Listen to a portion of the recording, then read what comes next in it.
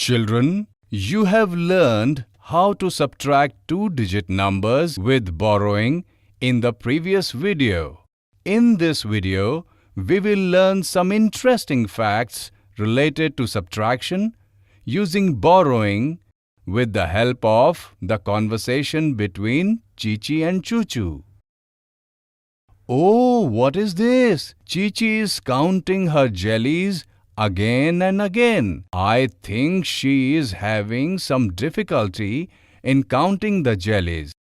Look, Chuchu has come. He will definitely help Chichi.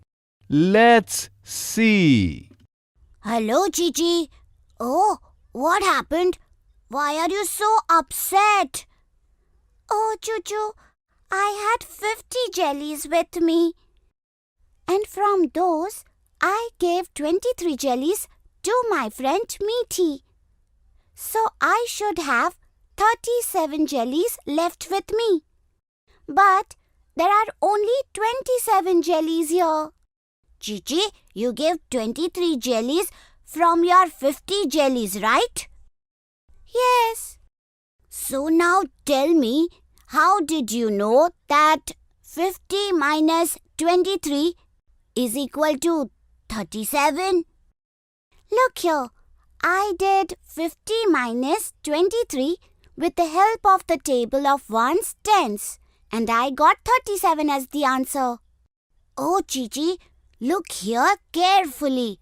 You borrowed 1 from 5 tens of the box of tens and wrote 10 ones in the place of ones. But you forgot to subtract 1 10 from 5 tens in the box of tens. Oh yes, you are right, Chuchu. So here if we will subtract 1 10 from 5 tens in the box of tens, then it will be 4 tens. If we will subtract 2 tens from 4 tens, then we will be left with 2 tens. Yes, so this way, if we will subtract 23 jellies from 50 jellies, then you will be left with only 27 jellies. Yes, now I have understood it well. Thank you so much, Chuchu.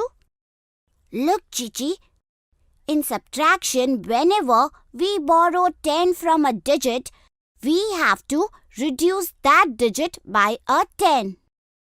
Yes, Chuchu, from now on I will remember that. Did you see how easily Chuchu solved Chichi's difficulty?